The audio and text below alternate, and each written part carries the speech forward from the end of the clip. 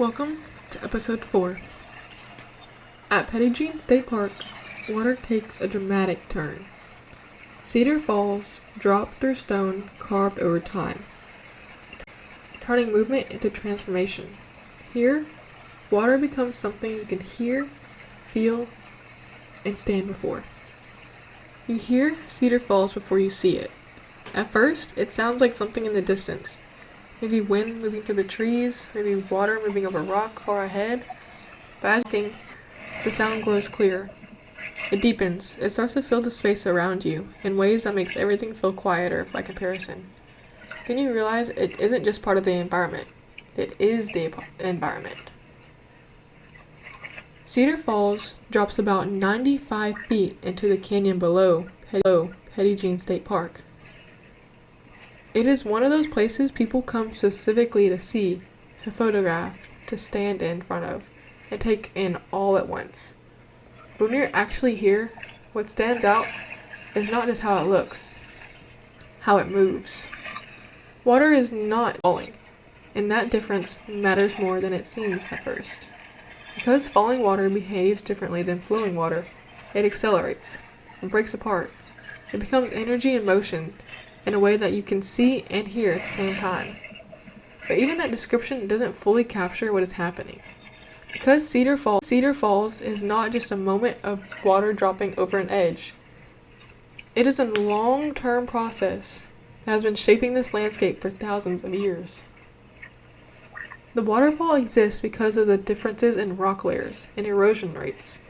Some layers of sandstone are more resistant than others. Over time, water wears away the softer layers underneath while the harder layers remain above.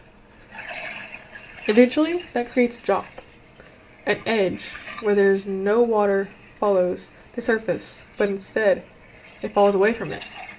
And once that drop exists, it continues to change.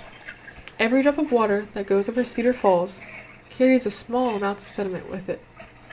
Every impact at the base slowly reshapes the pool below. Every flood event adds more force to the system. Even now, it's still forming. That idea is easy to miss because the waterfall feels so complete when you first arrive. It looks like something permanent, something finished. But it isn't. It's still in progress. There's also something about waterfalls that draws people to it. It almost instinctively. People slow down. When they approach them, they stop talking without being told to. They stand in front of the water and just watch. Part of that is sound. The constant rushing creates kind of a sensory focus. It fills space in a way that blocks out distractions.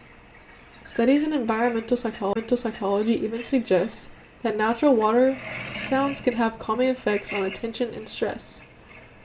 But even without that context, you feel it when you're here. The sound is enough on its own. It commands attention without asking for it. But Cedar Falls is not just a natural feature people observe, but it's also a place that people attach meaning to. Petit Jean carries a legend about a young woman who disguised herself to follow a person she loved across the ocean. According to the story, she became a part of this landscape through the journey and mountains that hold her name. Every detail of the legend is historical. It becomes a part of how people experience this place. The waterfall is not just seen as water moving through rock. It's also seen as part of a story about love, sacrifice, and connection to the place. And when landscape and story overlap like that, the experience changes. It becomes something harder to separate what you see from what you feel about it. Cedar Falls also represents something that shows up in a lot of natural systems. Thresholds. It's a clear point where one condition becomes another. Water from flowing along a surface to falling through air, from one influence among many to be the dominant force. Movement changes form.